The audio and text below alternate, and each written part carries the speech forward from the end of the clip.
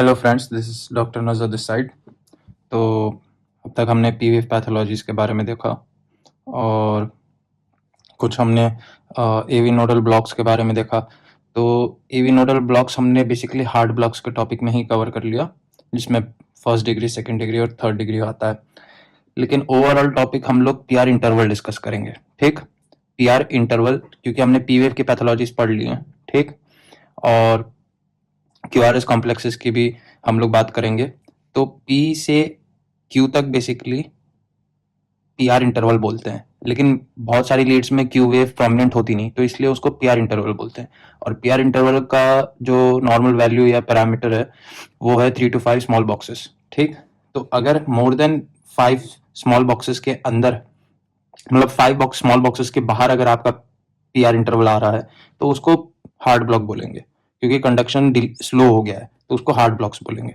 अगर PR interval आपका less than 3 small boxes के अंदर कवर हो रहा है तो उसको प्री एक्साइटेशन सिंड्रोम बोलेंगे। इसका मतलब कि हार्ट ओवर एक्साइटेड है, बार बार इलेक्ट्रिकल इंपल्सेस क्या कहते हैं ट्रांसमिट कर रहा है एट्रिया से वेंट्रिकल में।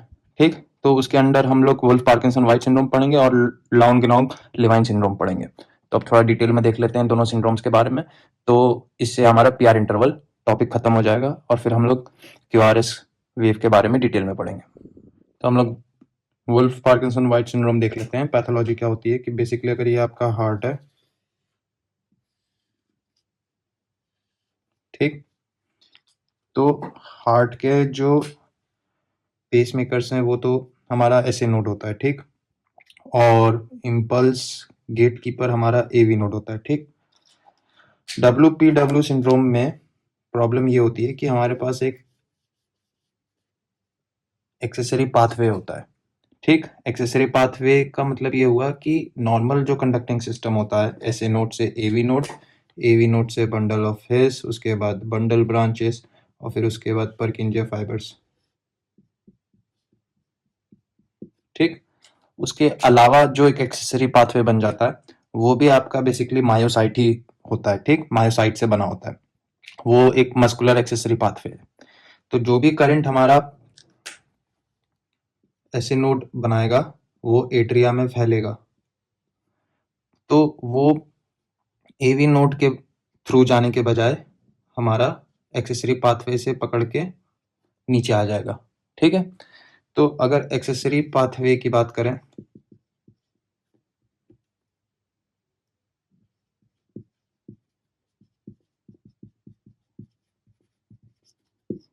तो एक्सेसरी पाथवे की वजह से हमारे पास बेसिकली दो तरह के पैटर्न्स हो सकते हैं। उन दोनों पैटर्न्स को हम लोग देख लेते हैं।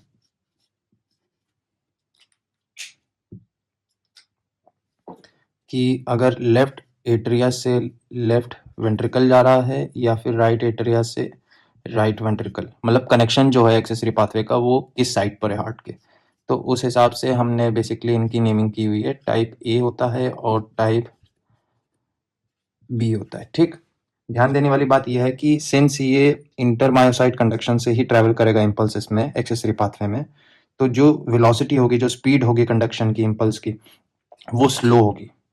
ठीक, as compare to normal conduction pathway. वो हमने पढ़ा है कि इंटरमायोसाइट कंडक्शन इज स्लोअर। ठीक, तो इंटरमायोसाइट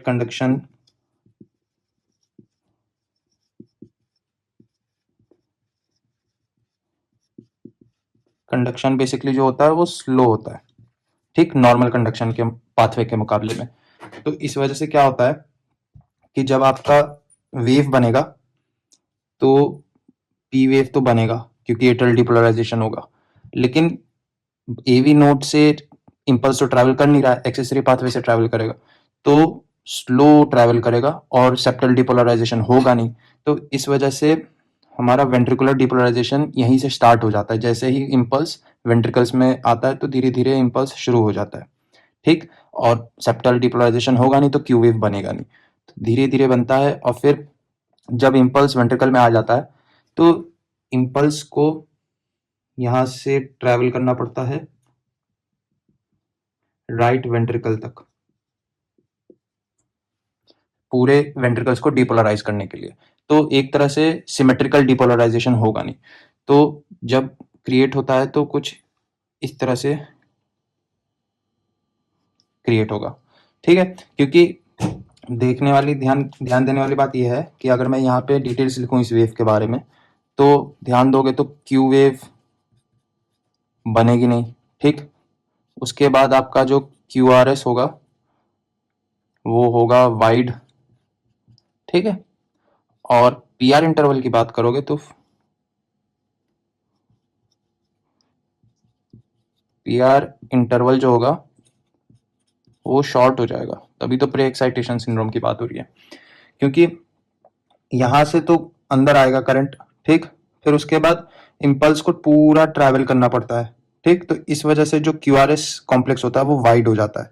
ठीक है, तो क्यू आर एस कॉम्प्लेक्स तो वाइड हो जाता है, लेकिन P R interval overall short हो जाता है, क्योंकि एक्साइटेशन डायरेक्ट जो एक्साइटेशन है वो वेंट्रिकल से ही स्टार्ट हो जाता है, क्योंकि इम्पल्स डायरेक्ट वेंट्रिकल्स में कूद के आ जाता है। तो इस वजह से ये कैरेक्टरिस्टिक फीचर्स हमें मिलते हैं। तो ये जो स्लोप है, अप स्लोप, इसी को नाम दिया गया है, इसको बोलते हैं, अगर ध्यान से देखोगे तो ये वाला जो वेव है ना, इसी वेव को हम लोग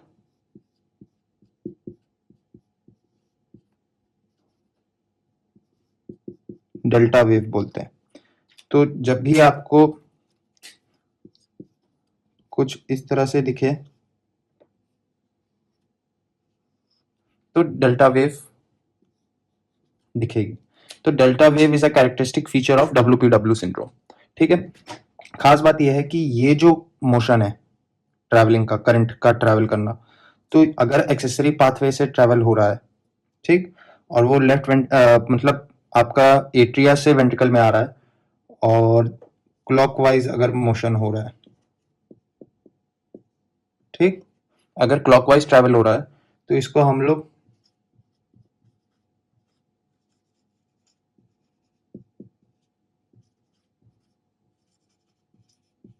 ऑर्थोड्रोमिक कंडक्शन बोलेंगे। ठीक है, ऑर्थोड्रोमिक का बेसिक ये मतलब हुआ कि किसी स्फेयर का एक ग्रेट सर्कल जो पॉसिबल होगा, या किसी एक ग्रेट डायमीटर के थ्रू अगर बड़ा सर्कल बनाना होगा, तो उसको हम ऑर्थोड्रोम बोलते हैं।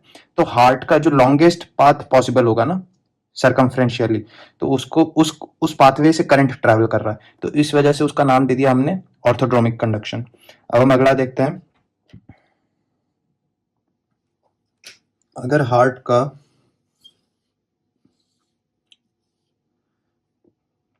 जो एक्सेसरी पाथवे क्रिएट है, मान लो ये आपका एस नोड है, ये आपका एवी नोड है, बंडल ऑफ हिस है, बंडल ब्रांचेस, उसके बाद पर्किंजे फाइबर्स। ठीक, तो अगर मान लो कि जो इम्पल्स एवी नोड से ना जाके इस एक्सेसरी पाथवे के अंदर से होके कंडक्ट होता है, ट्रांसमिट होता है, तो उसको वेंट्रिकल्स को डिपोलराइज करने के लिए टाइम लगता है, ये हमने डिस्कस कर लिया। तो अगर ये क्लॉकवाइज कर रहा है, ये मैंने डिस्कस कर रखा है, इसको हम लोग ऑर्थोड्रोमिक बोलते हैं। ठीक, ऑर्थोड्रोमिक कंडक्शन। अगर यही चीज, ये रहा आपका हार्ट, ये रहा s node, AV node, bundle of His, उसके बाद बंडल ब्रांचेस, और फिर आपके पर्किंजे फाइबर्स।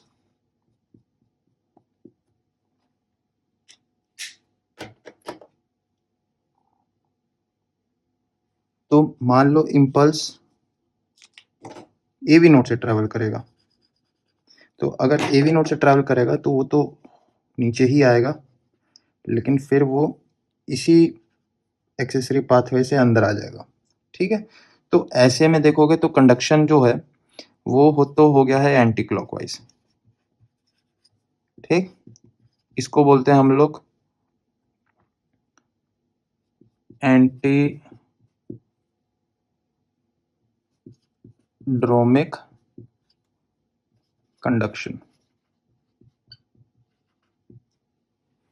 ठीक, या फिर सर्कुलर टेकिकार्डिया, एंटीड्रोमिक कंडक्शन बोलो या एंटीड्रोमिक सर्कुलर टेकिकार्डिया बोलो, उसी तरह से ऑर्थोड्रोमिक कंडक्शन। तो ध्यान दोगे तो ये वाला जो हमने डिस्कस किया है, ये डब्ल्यूपीडब्ल्यू तो फॉलो कर रहा है। ठीक, लेकिन यहाँ पे ध्यान दोगे अगर, तो एवी नोट से ही नॉर्मल कंडक्शन पाथवे से ही होता हुआ आ रहा है, तो आपका जो क्यू आर एस कॉम्प्लेक्स होगा वो नॉर्मल बनेगा। ठीक, या फिर नैरो। ध्यान देने वाली बात ये है। और क्यू वेव प्रेजेंट होगी क्योंकि नॉर्मल कंडक्शन पाथवे से आ रहा है तो सेप्टल डिपोलराइजेशन होगा, लेकिन पीआर इंटरवल जो होगा वो शॉर्ट रहेगा। ये ध्यान देने वाली बात है। ठीक, पीआर इंटरवल इसलिए शॉर्ट रहेगा क्योंकि करंट जो यहां से ट्रेवल होके फिर वापस एट्रिया में आया है वो फिर से एवी नोड में आ जाएगा। ठीक है, तो एक तरह से सर्कुलर पाथवे क्रिएट हो जाएगा। तो जब तक एसए नोड इंपल्स क्रिएट नहीं कर रहा है उस टाइम पे एवी नोड में फिर करंट आ जाएगा। ठीक, तो एक तरह से ओवर फायरिंग हो रही है या क्राउडिंग ऑफ इंपल्सेस हो रहे हैं। ठीक, तो इंपल्सेस बहुत ज्यादा हो जाते हैं तो इस वजह से एवी नोड का जो ये नॉर्मल कंडक्शन पाथवे है ये बार बार यूज होता है। तो बार बार यूज होता है तो टाइम नहीं मिलता प्रॉपर पीआर इंटरवल को क्रिएट होने के लिए। ठीक है, पीआर इंटरवल में जो आइसोइलेक्ट्रिक लाइन है वो यही तो है कि करंट एवी नोड में डिले हो रहा है। ठीक, वो डिले हो नहीं पा रहा है क्योंकि इंपल्सेस ओवरशूट कर रहे हैं। हर बार एसए नोड की फायरिंग से ही एवी नोड नहीं एक्साइट हो रहा है। कभी कभी जो एक्स्ट्रा इंपल्सेस जो एक्सेसरी पाथवे से वापस घूम के आए हैं उस वजह से आपका पीआर इंटरवल शॉर्ट हो जाता है। तो ये वाला जो पैटर्न है तो ये तो आपको दिखता है लाउन गेनोंग लिवाइन सिंड्रोम में। ठीक, तो इसको डिस्कस कर लेते हैं हम लोग।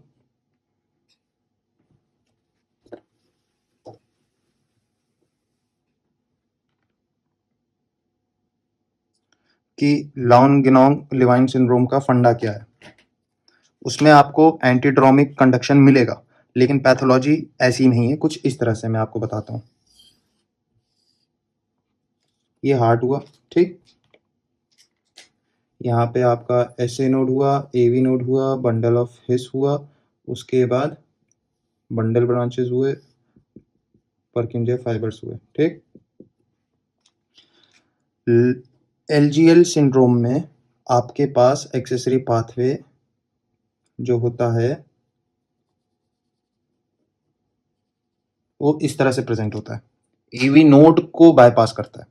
ये इंपॉर्टेंट चीज है। एक्सेसरी पाथवे इसमें भी होता है लेकिन एलजीएल सिंड्रोम में आपको ये फीचर्स तो मिलेंगे, ये जो मैंने डिस्कस किए हैं जिसको एंटीड्रोमिक कंडक्शन बोलते हैं।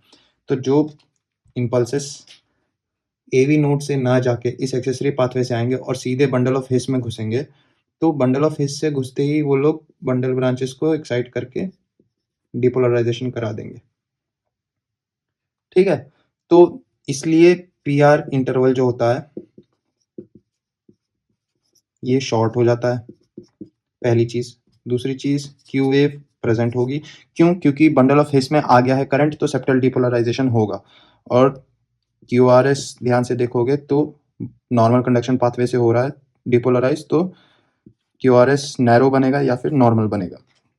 तो आई होप आपको पीआर इंटरवल्स के प्री एक्साइटेशन सिंड्रोम्स का कॉन्सेप्ट थोड़ा बहुत समझ में आया। तो आपको बस ध्यान देना है 3 पैरामीटर्स पे, क्यूआरएस कॉम्प्लेक्स, क्यू वेव और पीआर इंटरवल। उस हिसाब से हम लोग प्री एक्साइटेशन सिंड्रोम्स को क्लासिफाई करते हैं, डिवाइड करते हैं, डब्ल्यू और एलजीएल सिंड्रोम। उससे और ऊपर देखोगे क्लासिफिकेशन तो 3 लेस देन 3 स्मॉल बॉक्सेस होना चाहिए, तब मैं इसको प्री एक्साइटेशन सिंड्रोम बोलूंगा। अगर मोर देन 5 स्मॉल स्क्वायर्स आ रहा है पीआर इंटरवल तो मैं इसको हार्ड ब्लॉक बोलूंगा। तो पीआर इंटरवल का टॉपिक खत्म हो गया। नेक्स्ट टॉपिक हम क्यूआरएस कॉम्प्लेक्सेस के बारे में पढ़ेंगे। Thanks for watching and stay tuned.